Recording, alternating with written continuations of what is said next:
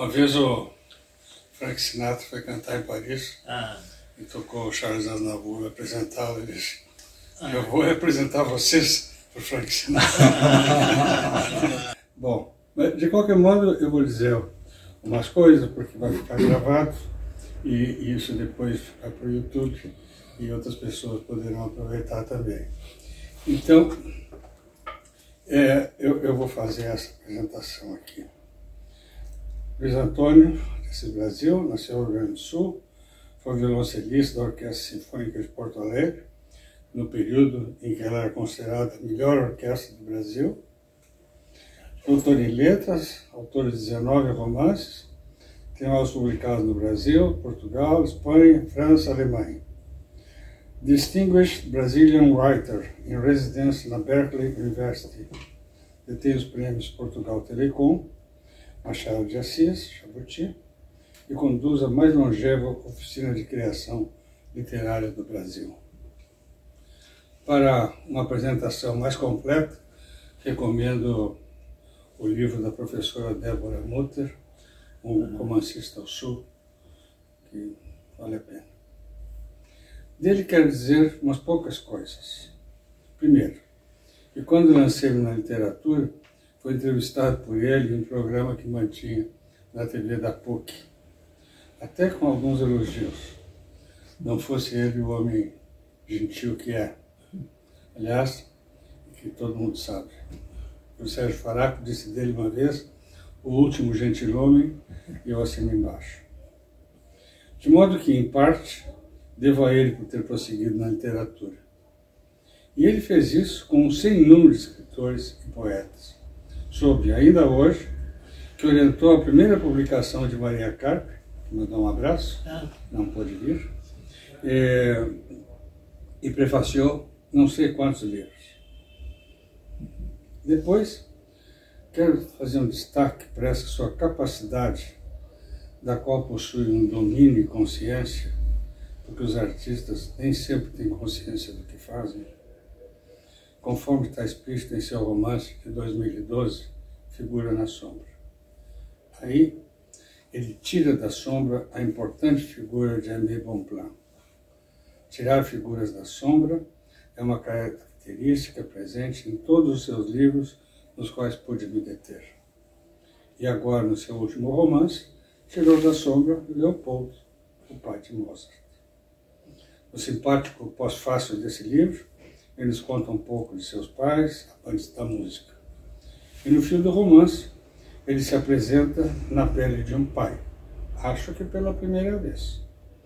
Pois bem, hoje vamos aproveitar para saber um pouco dos primeiros passos dessa sinfonia in progress que vem sendo sua vida. E quero começar perguntando como foram suas relações com esses pais e o que foi mesmo que o levou à literatura. Boa tarde. Prazer estar aqui. Muito obrigado, amigo, pelo convite. Bom, a relação com os pais foi... Não foi uma relação de muito afeto.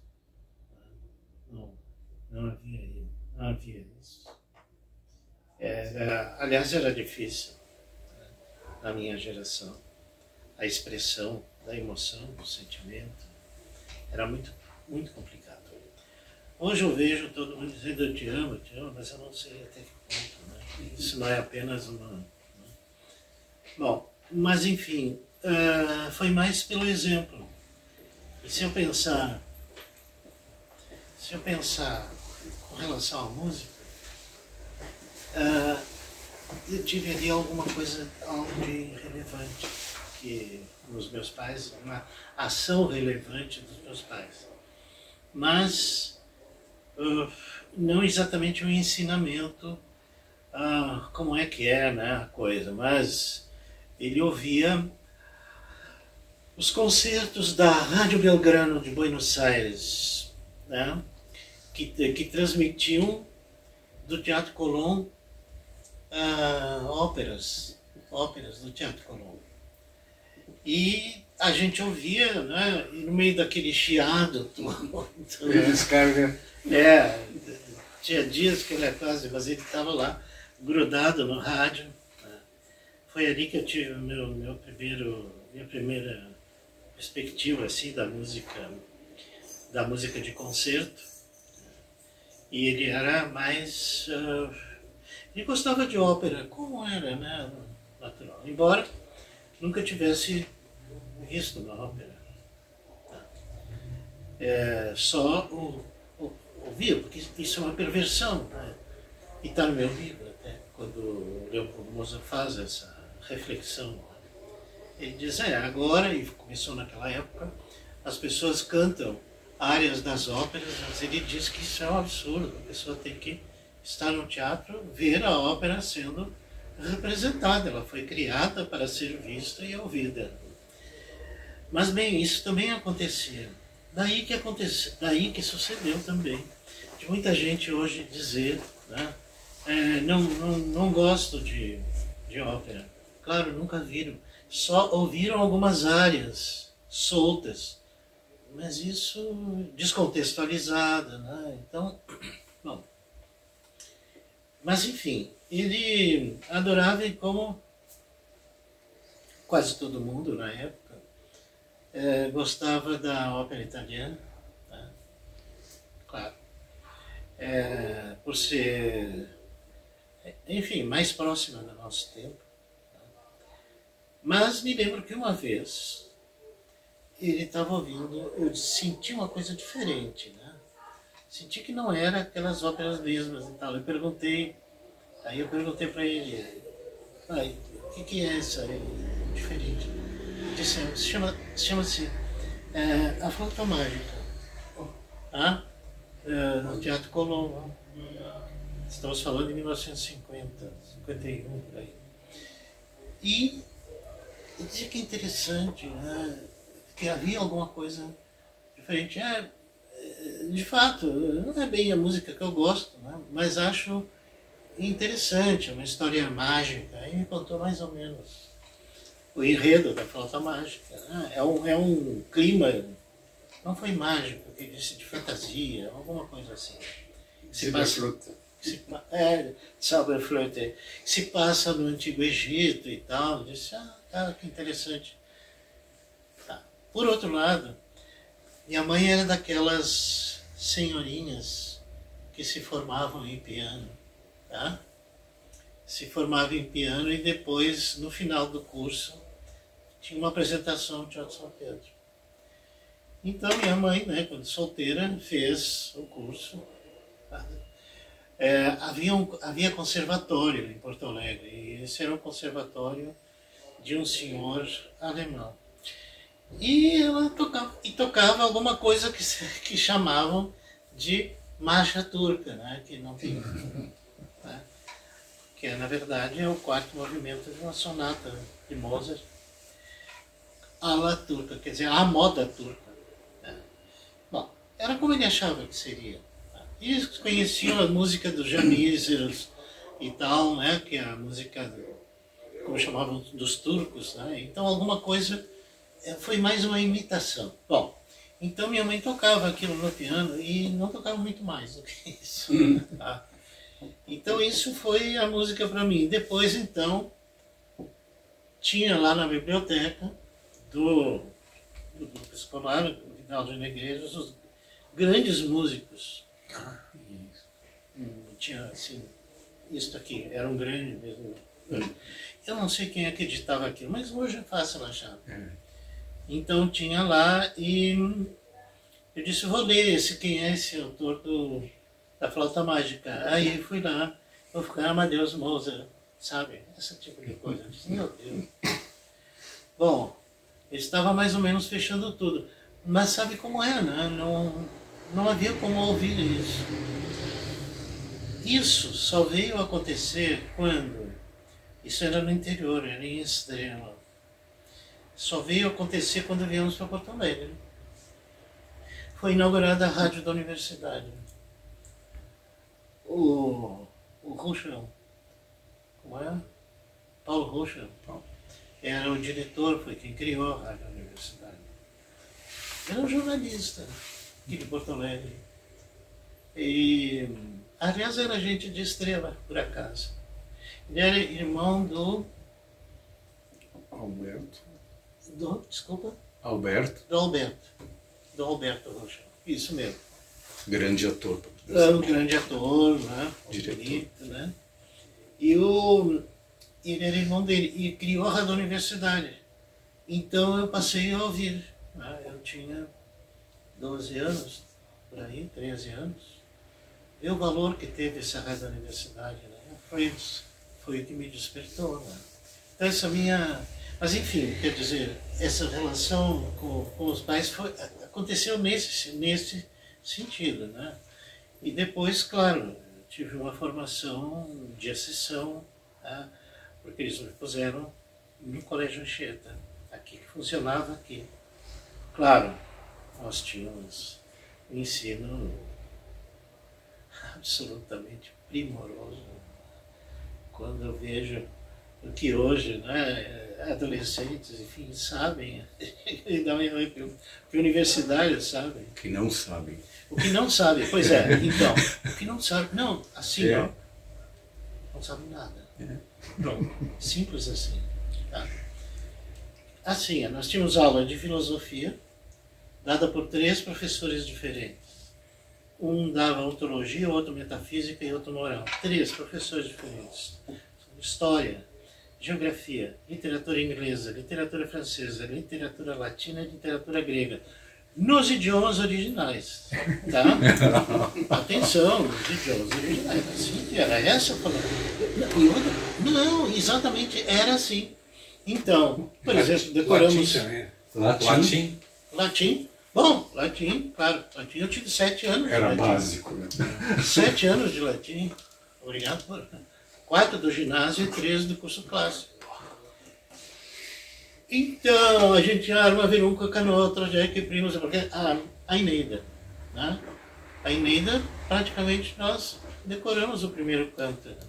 As aulas de latim eram dadas em latim. Bom, enfim, quer dizer... Olá.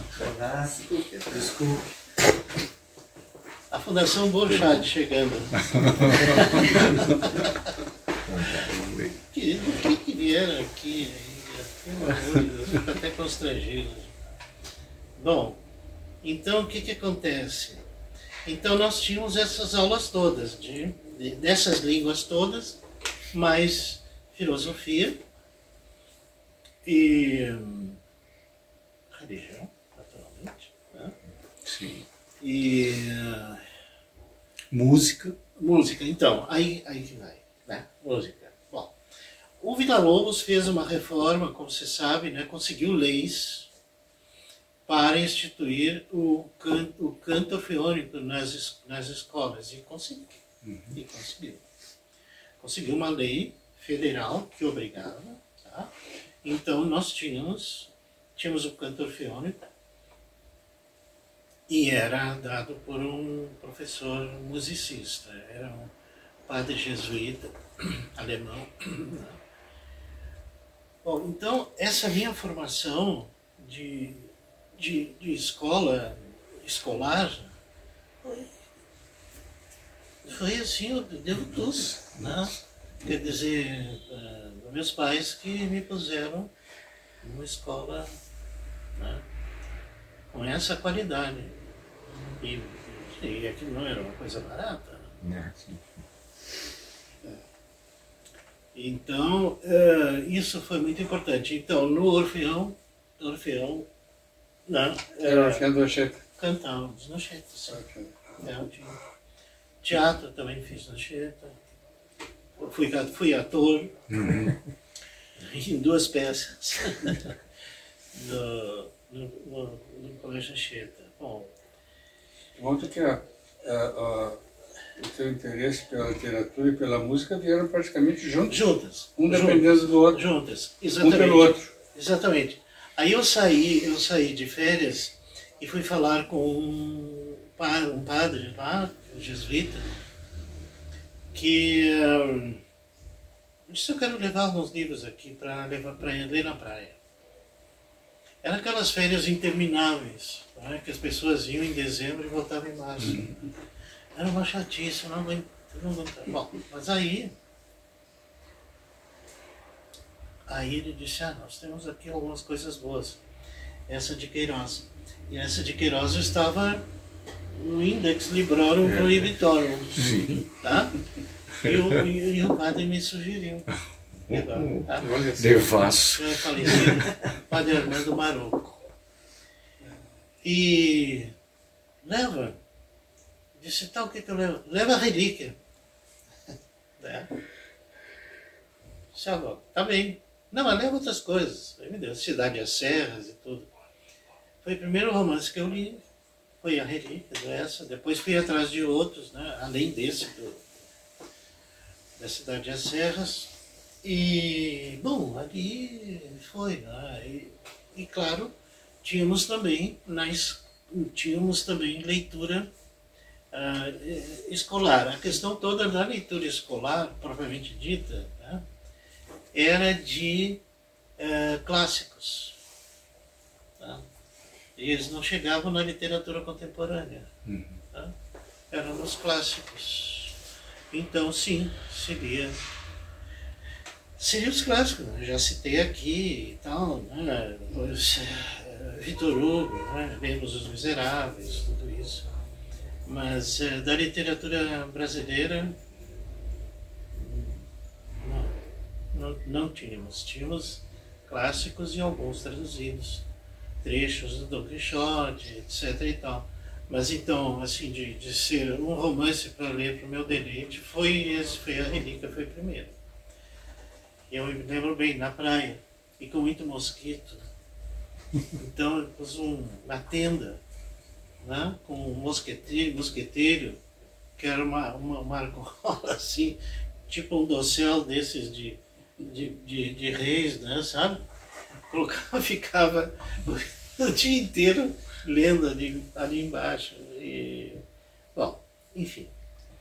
Então foi isso, quer dizer, como eu disse, tive pais que, né, conheci, não foram muito próximos, mas que me propiciaram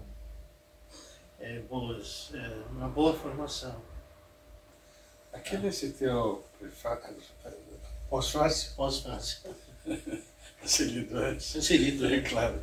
Só se pode escrever algo sobre uma coisa depois de ter passado os olhos, né?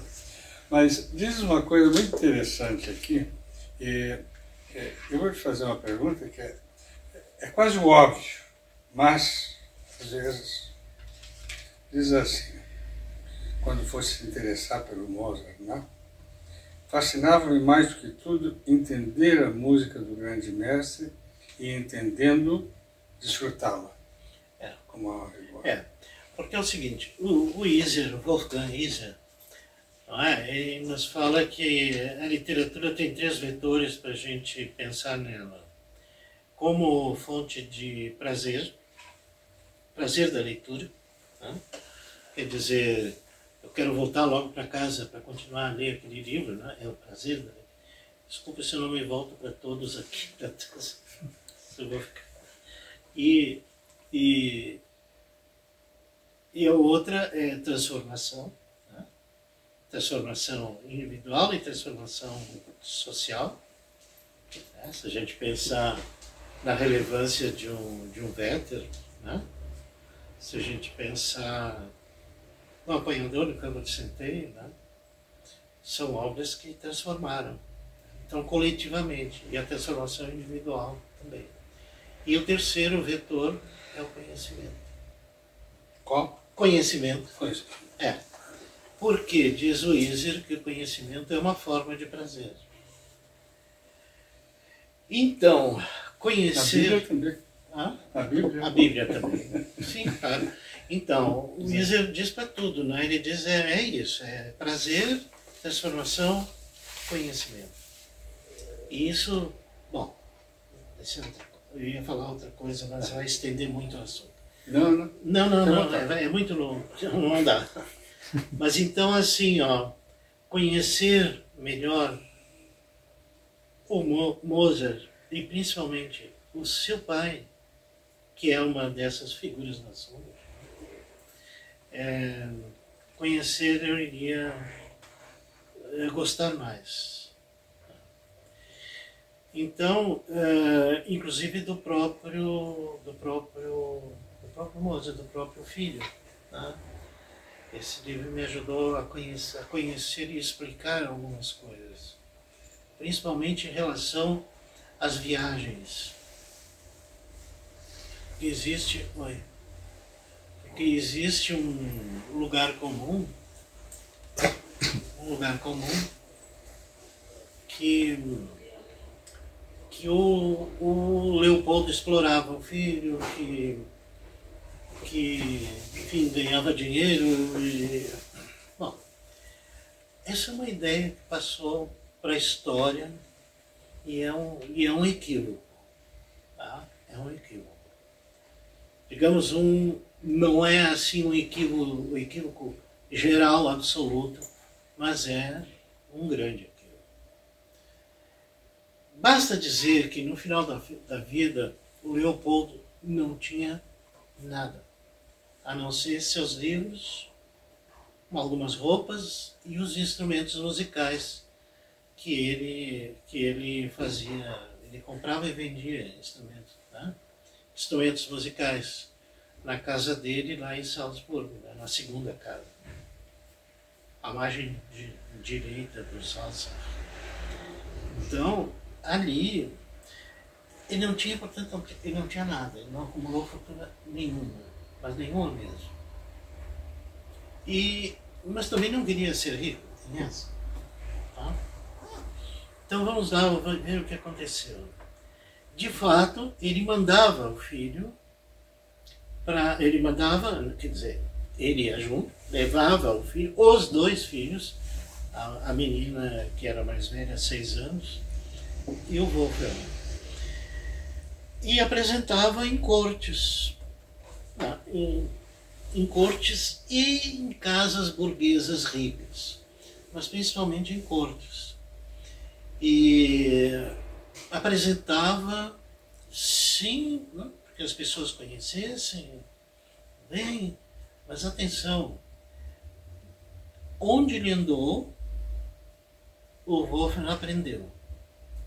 Então o Leopoldo, digamos, sabia onde levar o filho e a filha, tá? E principalmente ele, tá? Que era, enfim, era ele, né? Então, ele aprendeu em Paris, aprendeu a escrever a sonata com Schubert. O Schubert. E, aliás, o Schubert era um compositor alemão, tá? Da região mais ao norte da Alemanha, e perto de Bonn, e foi para Paris, se empregou na orquestra do príncipe de Conti, que era príncipe de sangue real, tá? E criou muita coisa nova na sonata, na forma sonata.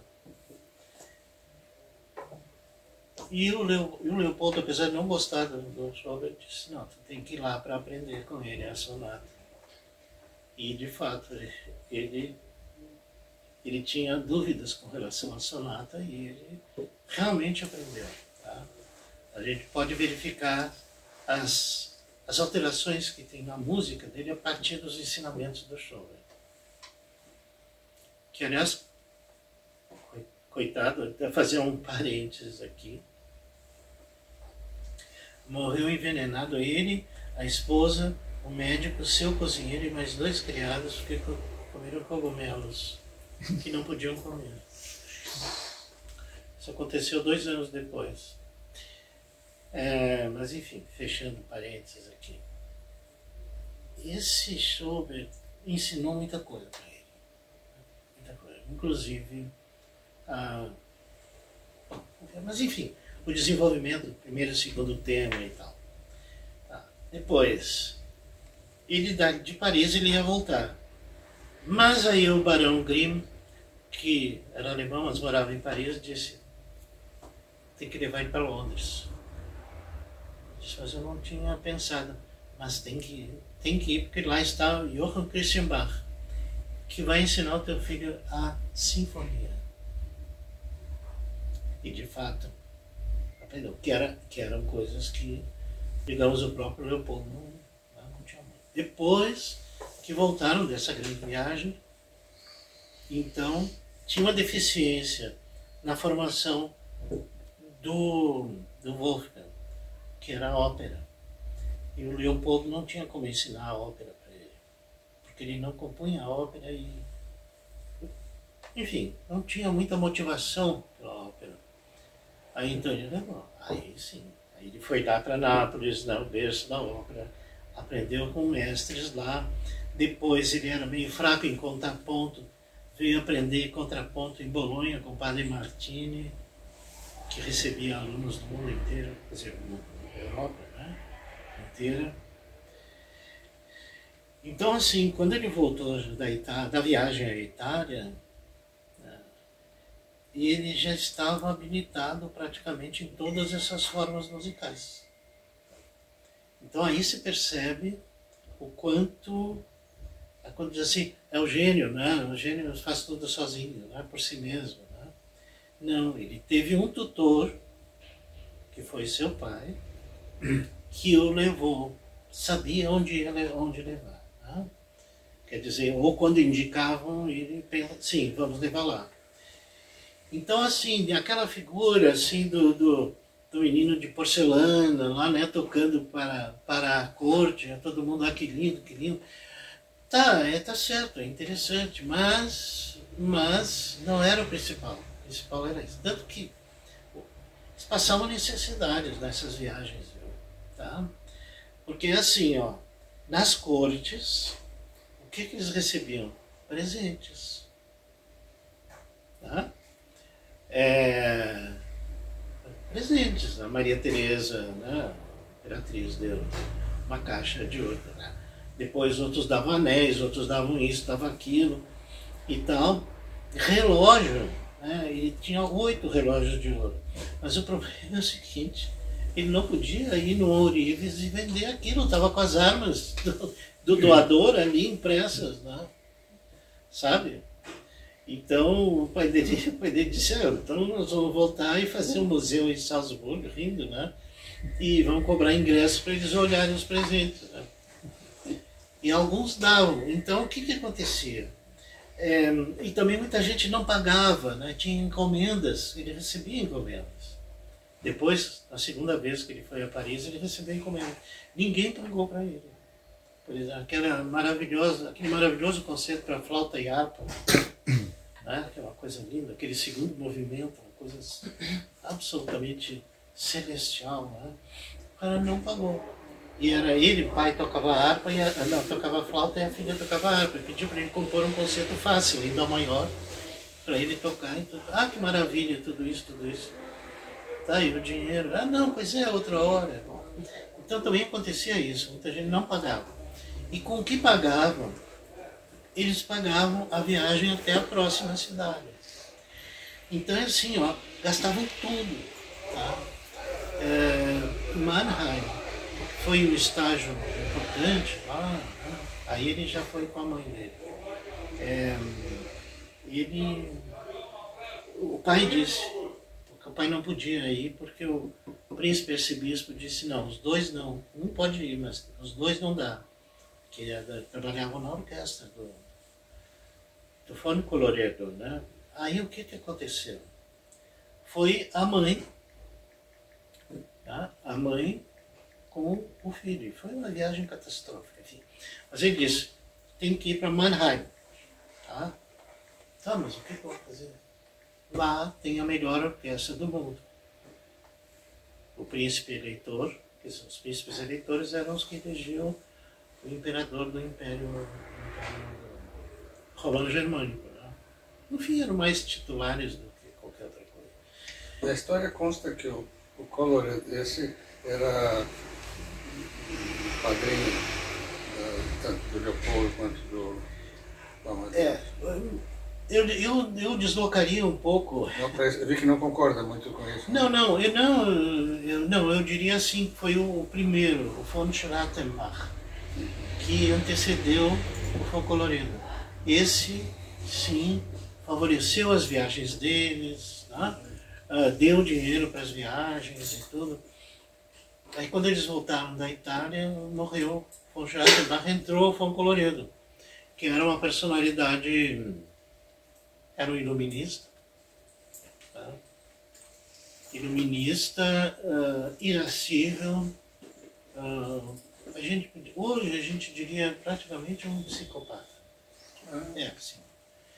Então, tinha atitudes como essa, né? Quando já o Mozart já estava mais velho, ele disse, bom, vamos programar uma nova viagem agora para outras coisas. Então aí o von Colloredo disse, não, ou vai o pai ou vai o filho. Então, eu vi que a gente foi de Nêmesis. a Nêmesis foi a Nêmesis dos dois, né? Então, aí ele disse, tem que ir para Mannheim. Mannheim é a melhor orquestra. E a melhor orquestra por causa da dinâmica. Tá? Porque as orquestras todas tocavam o mesmo nível de dinâmica, né? Sem fortíssimos, nem pianíssimos. Né? Então, em Mannheim, começaram a trabalhar com a dinâmica musical. Tá? E lá, porque tinha lá o príncipe eleitor que, enfim, permitia todas essas ousadias e gostava. Tá? Também era um iluminista. E então ele aprendeu a orquestra, aprendeu a escrever a sinfonia com Johann Christian Bach em Londres. E aprendeu a instrumentar, tá? Orquestrar com o Cannabich, que era esse regente da orquestra de Mannheim, da escola de Mannheim, que fez grandes coisas. Por exemplo, a escola de Mannheim acrescentou um terceiro movimento na sinfonia, que era só 3 movimentos. Né? Quer dizer, entre o terceiro e o quarto acrescentou um. Né? Quer dizer, eram só 3 movimentos. Um rápido, um lento e um rápido, que é a tradição barroca. Tá? Mas em Mannheim ele acrescentou, o Cannabich acrescentou um terceiro movimento. Né? Então ficou com 4. O 2, que era lento, permaneceu. Aí ele pôs um no meio e depois o final, que é presto, prestíssimo. Né? Então, modificou a própria morfologia da sinfonia lá em Mannheim. Então, isso se não entendeu, não. Esse é o rigor que permite apreciar. Não, esse conhecimento que permite apreciar. Desculpa, a tua pergunta eu acabei... Desculpa, mas então, conhecer essas coisas faz com que a gente aprecie melhor. Né? Não foi tudo dado, né? Quer dizer, o caso, a vocação de Mozart foi, claro, inegável, evidente e absoluta, né? Mas se não tivesse o tutor, seu pai, ele não seria. Eu tenho rigorosa certeza disso. O que eu posso dizer é o seguinte, que eu estudei muito isso e pude observar nas composições do filho, tá? Do Mozart, pude observar essa evolução, tá? que me leva, portanto, a esse conhecer do Leopold como o grande mentor no período, assim, entre 1761 até a ida dele, 1779, até a ida do Mozart para Viena. Tá? Foi um gesto,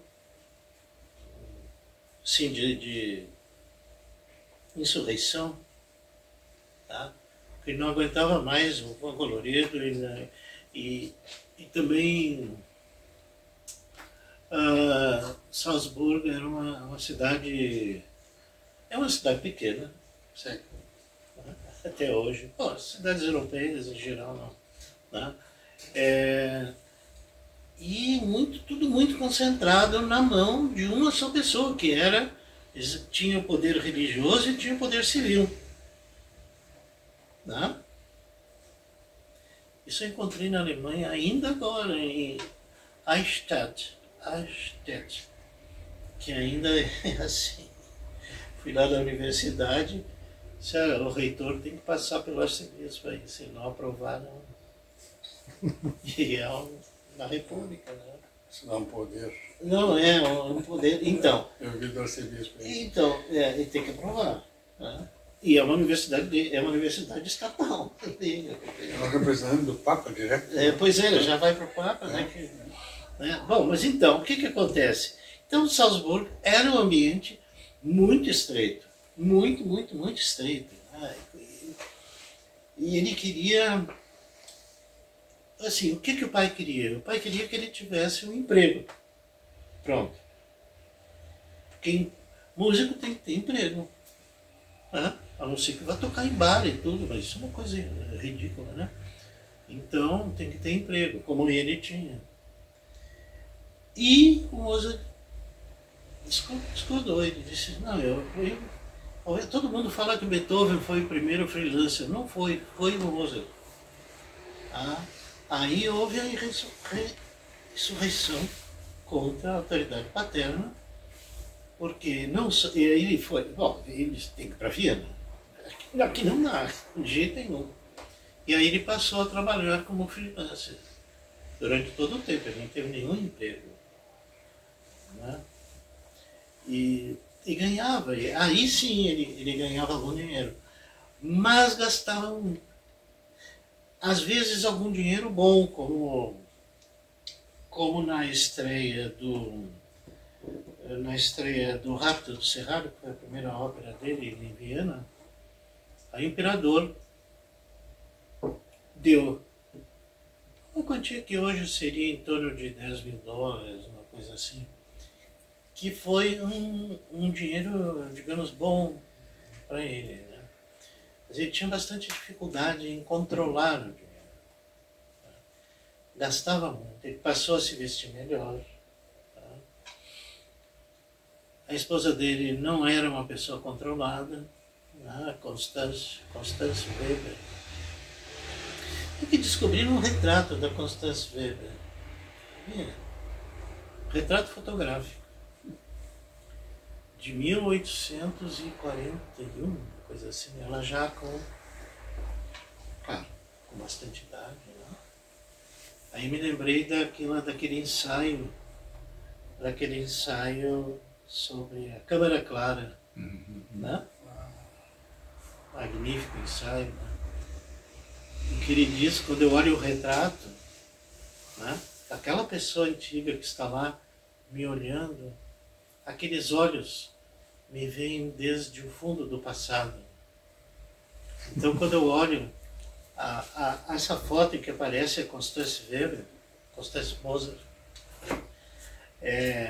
eu digo, esses olhos que me olham viram Mozart. Bonito, Bom. né? Não? É que eu adoro fotografia. Fotógrafo. Aí, cara, eu adoro, tanto que escrevi Isso. Pintor de retratos que trata disso. Né? Então, vamos ver. Então, essa situação toda me fez compor uma imagem possível, fiel, digamos, em que se pode acreditar na figura do Leopoldo Mozart. Digamos, a persona, o ser humano. Tá? E do ser humano, numa fase da vida, que naquela altura já correspondia a uma idade de 67 anos, quando ele dá essa coisa aí do livro. Né? Velho. Claro, velho. Claro. Naquela época, velho. Então são as reflexões dele sobre o amor na velhice e a sublimação desse amor, né, através daquilo que o filósofo aquele que ele tinha lá um livro, chama de Amizade do Coração, que é um conceito muito do século XVIII, do século XVIII iluminista. Né? E com isso, digamos, ele desenvolveu essa amizade do coração, né, pela senhora baronesa von Waldstetten, tá, que... Aliás, a descrição da roupa dela que ele faz é perfeita. Pois é, né? Maravilhosa. Sou um apaixonado por fazer aquilo. Pois é. Ela estava assim, não, ela estava vestida um costume à la reine, né?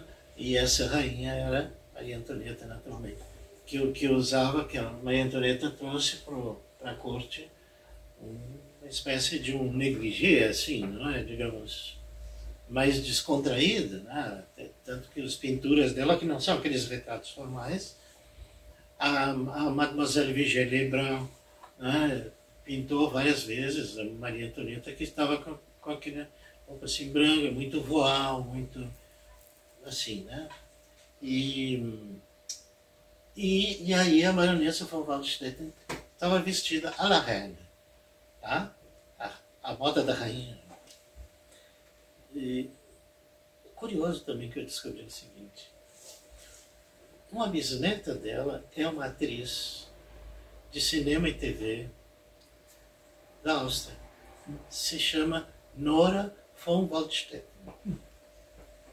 Olha só, essas coisas. É uma mulher muito bonita. Se vocês olharem aí, né? É uma atriz, né, bonita. Nesse momento ela vive em Berlim, mas fez séries aclamadas lá na Áustria, tá? E cinema faz ainda.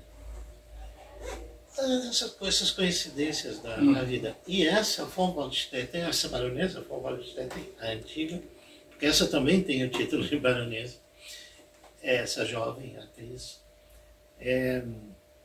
ajudou muito o jovem Mozart, organizou o casamento deles, fez lá no palácio dela, o Palácio de Viena, que tinha outro.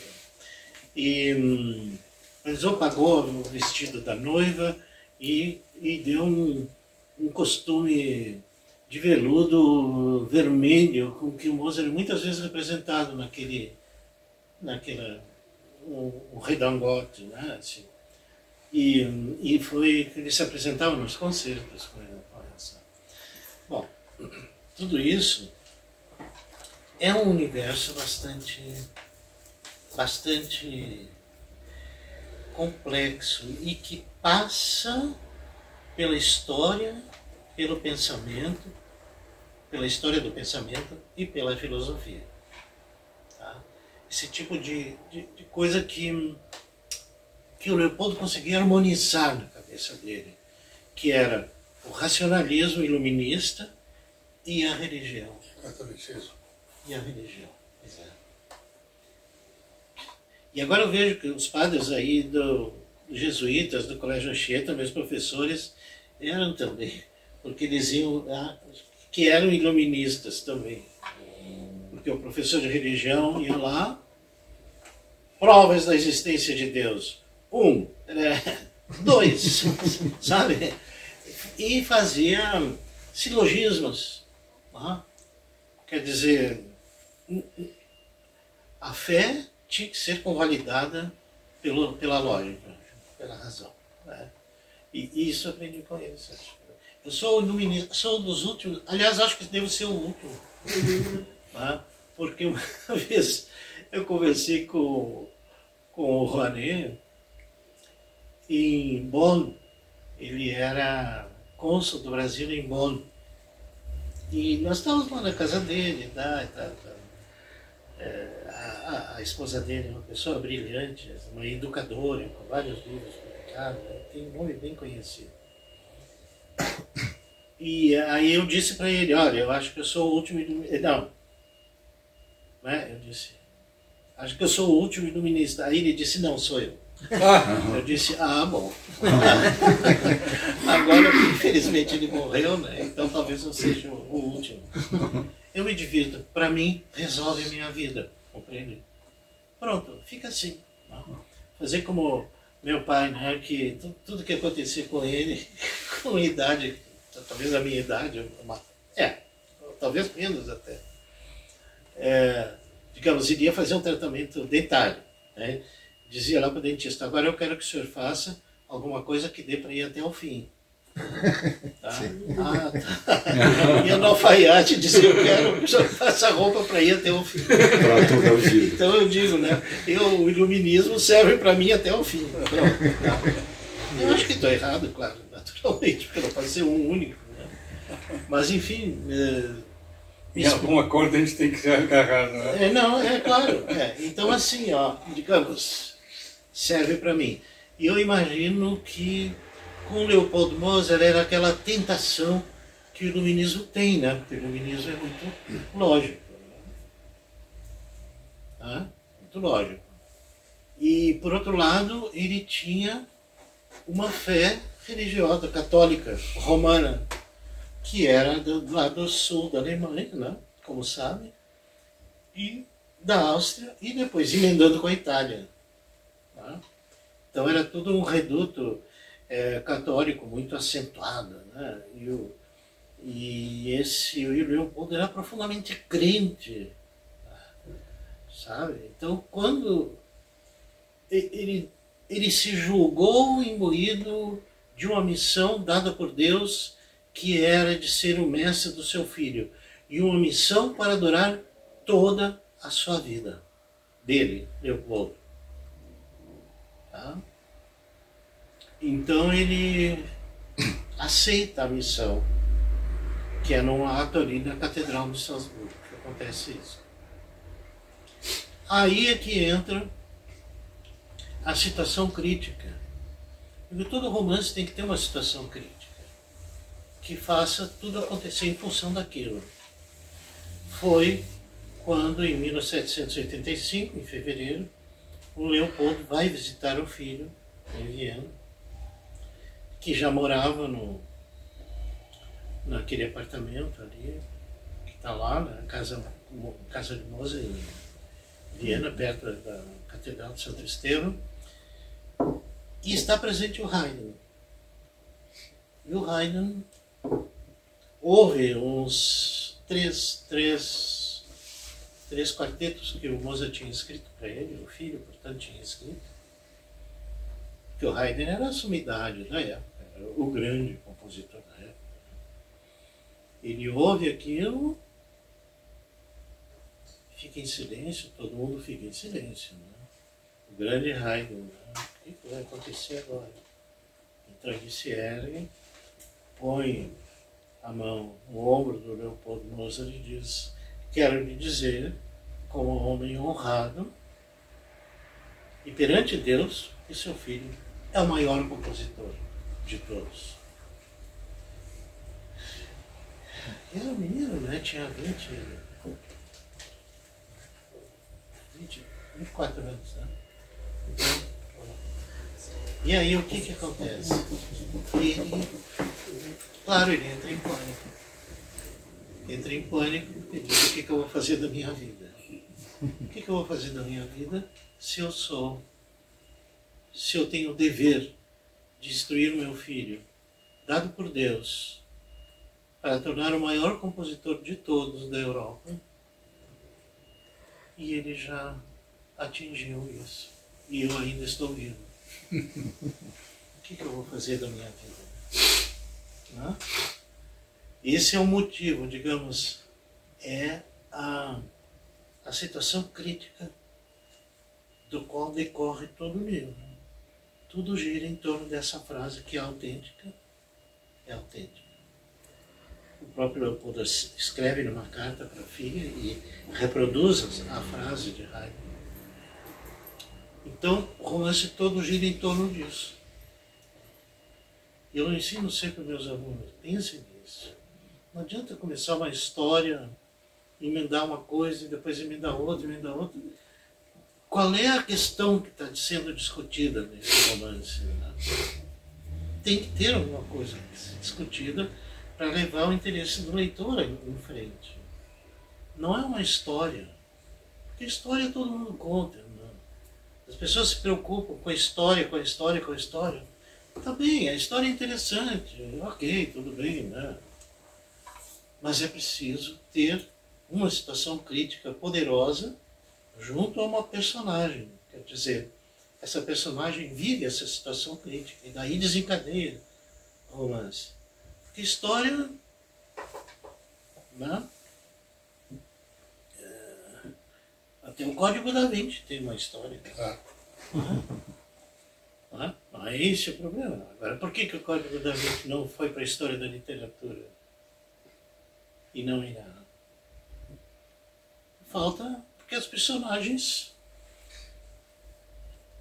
têm a consistência de um holograma, né? Que só vivem uma história.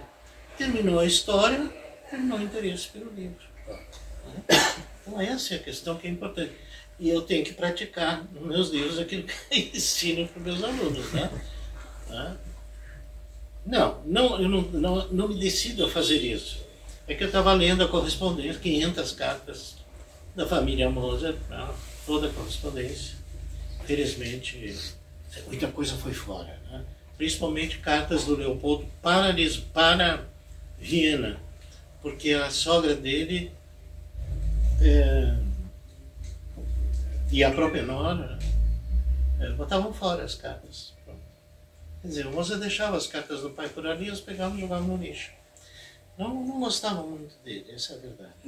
Ao passo que as cartas que ele mandou para outras pessoas, inclusive personalidades da época, estão preservadas, felizmente. As cartas familiares estão preservadas. Então, eu estava lendo essa correspondência e aí cheguei nessa carta. Tivemos uma reunião muito interessante, onde o seu irmão apresentou 3 quartetos dedicados a Haydn. Haydn assistiu. E quando terminou, ele se levantou, isso aí que eu falei, e disse isso. Aqui está meu livro. Pronto. Aqui está meu livro. O que eu vou fazer da minha vida? Então esse livro tenta, digamos, descobrir o que ele não percebeu, que ele estava perdendo a tutoria do filho. E quando ele começa a recuperar momentos, ele vai se dando conta. Estão ali, debaixo dos olhos dele, e ele não quis ver. Não. Mais ou menos por aí. Acho que o preocupo funciona sempre, né? Sim, sempre. Depois de acontecido, né? Depois de acontecido. Bom, o objetivo dessas entrevistas é ver como se dá a formação dos intelectuais. E tivemos uma bela aula sobre como foi a formação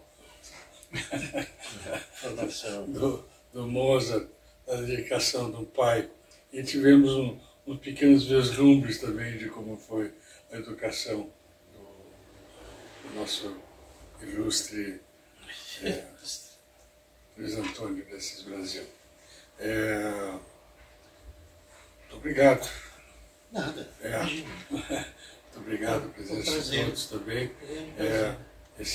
Isso certamente vai ajudar. Eu tenho visto assim, né, que as entrevistas e confirmo, os mestres são importantes. Eu tenho a impressão que eu frequentasse faculdade de Direito antes, né? Sim, lá no meu passado. Mas foi para a literatura, né? Sim. Eu tenho a impressão que a música te levou à literatura. Sim. Se tivesse que dizer primeiro isso, aquilo, eu diria primeiro a música e depois a literatura. Foi um jeito de enriquecer a música, foi a literatura e acabou te pegando. Né? Acho que eu estou meio condenado a isso. Eu quero ver qual vai ser a repercussão na Alemanha, porque vai sair. Vai ser uma tradução. Vai sair. Bom, esse era um tema que eu tinha anotado para a gente falar, que era a questão, escreves aqui, do direito para escrever alguma coisa, né? É um tema interessante.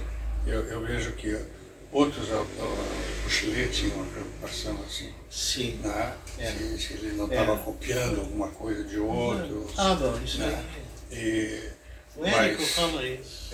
Mas, enfim, vai ficar para outra vez uma conversa sobre isso. Não, o direito já é coisa do passado. Sim. Né? Mas são coisas internas que funcionam nas pessoas. Né? Às vezes recebo alunos que são da área jurídica e não é fácil. Não é fácil sair daquela linguagem. Alguns deles, bom, na época assim, que não era computador, era tudo datilografado, assinava embaixo dos contos, das coisas. Assim, por que está assinando? Bom, porque é meu, né? Então... Firma reconhecida. Mais ou menos isso. Aliás, nós temos que terminar com essa história de firma reconhecida no nosso país. Né? Isso é um absurdo. Bueno, muito obrigado a todos pela presença, então. Mas no dia 9 de agosto vamos ter um encontro com o Tabajara Arroz, que eu acho que vai ser muito interessante também. E vamos nos encontrar na Biblioteca Pública. Na biblioteca. Eu